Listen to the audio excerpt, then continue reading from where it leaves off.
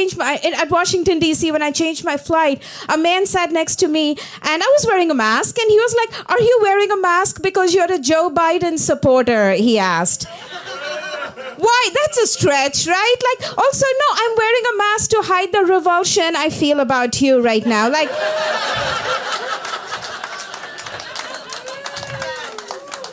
no, I am probably a Joe Biden supporter, but that's because there is no alternative right now for me.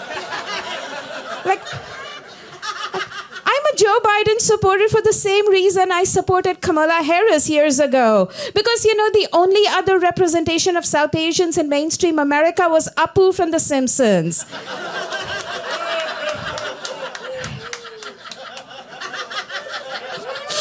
Oh, man. I know. I'm glad, like, the weather was nice. Like, I came from, like, freezing cold in Boston today, and the weather is nice. But also, I'm terrified of the summer, so I don't know how to feel about your 75 degrees, okay? Like, the summer has been terrible for me, okay? Because summer is the season of underboob sweat. Right, yeah, right. It is not a good thing. You know, it is, like, honestly, for basically, like, I know I'm not as well endowed as Dolly Parton, but, like, I have some endowment, okay? And it's a problem. Like, every summer, my bra cups become cup holders collecting sweat. And my breasts are like biscuits cooking in gravy, okay?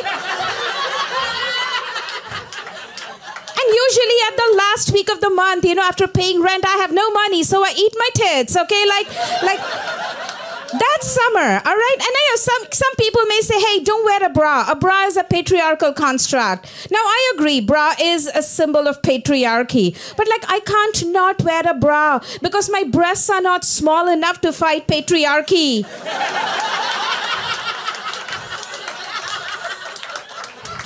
Like, what I have is not a bra, it is a chest Spanx. Like, without it, everything pops out and my nipples are giving a pedicure to my toes. Yeah. No, and this summer was also more traumatic for me because I learned a new word. The word is called camel toes. Right? No, I didn't know what it meant because English is my third language. My first is Tamil and my second is parental disappointment.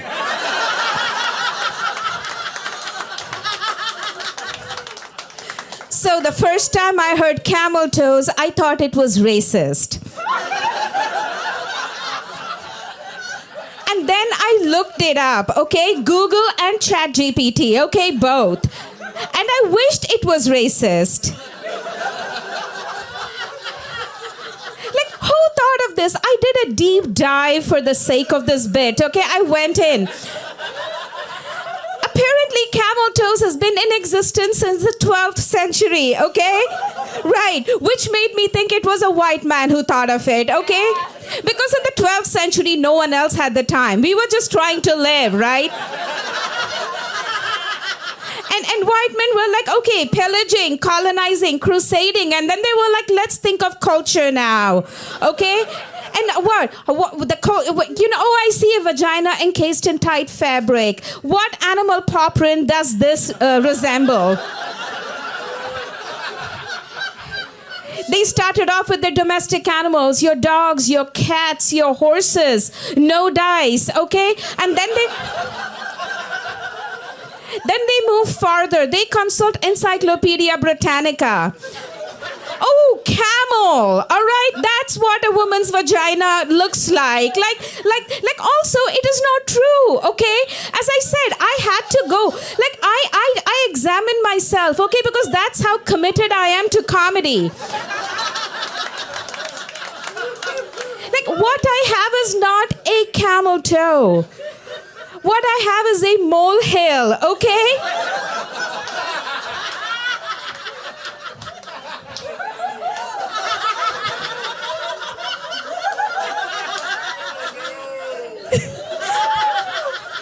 And not just because men do like to make mountains out of them, y'all. Okay, I know.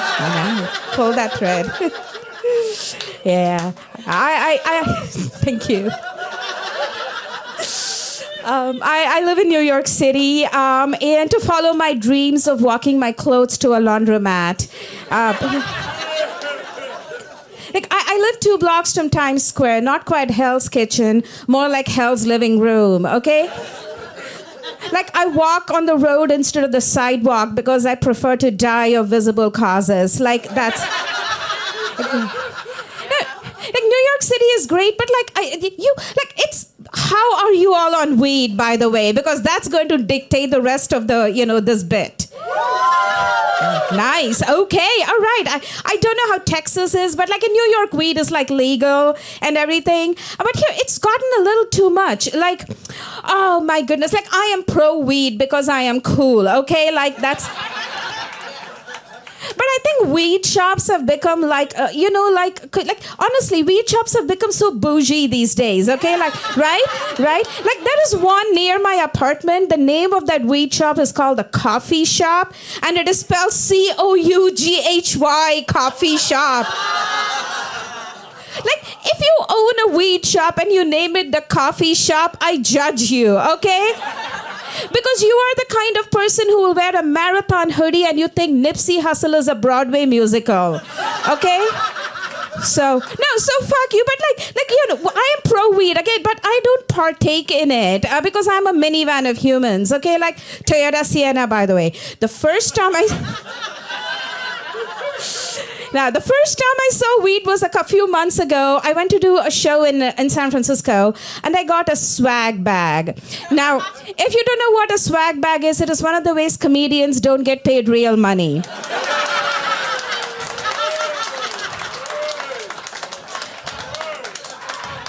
Now, I went to my hotel, opened the bag, and I saw a Ziploc baggie with a green substance, okay?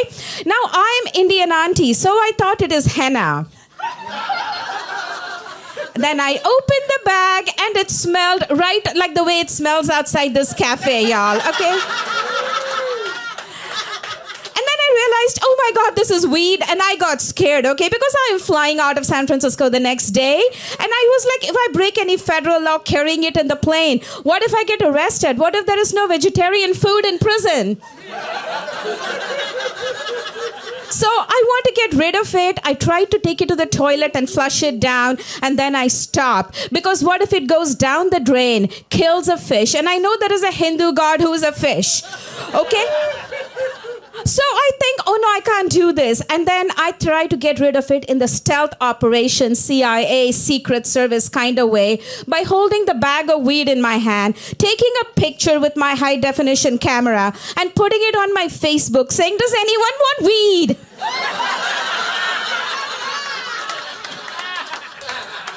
Fingerprints clearly visible, by the way.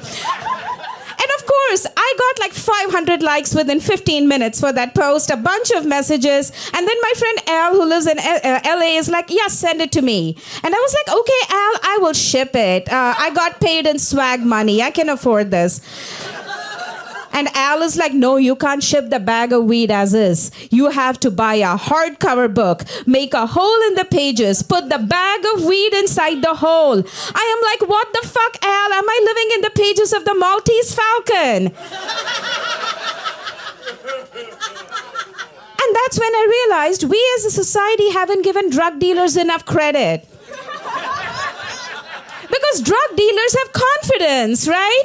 They can sell that, they can just flush that shit right in the toilet in every episode of Law and Order. They have no regard for marine life. Meanwhile, I lose my confidence if I put my AirPods in the wrong ear hole. Okay, like that's all it takes. Like I'm so unconfident, I apologize to a guy who hit me with his car.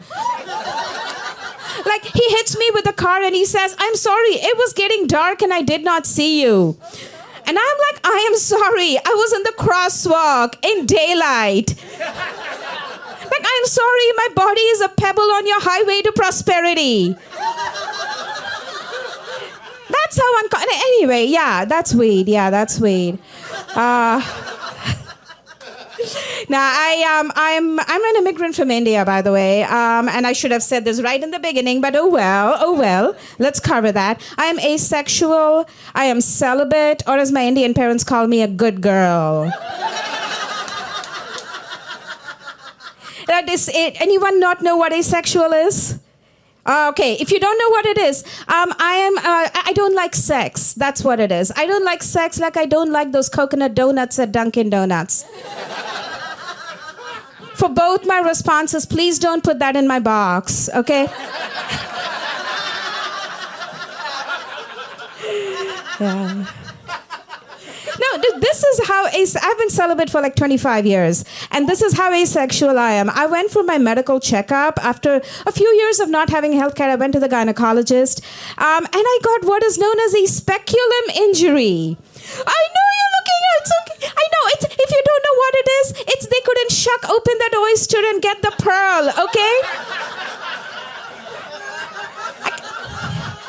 This is how asexual I am. The doctor had to prescribe me a dildo. And this is how asexual I am. During lockdown, I used the dildo as a rolling pin to make naan. I am Sri Lata. Thank you all so much.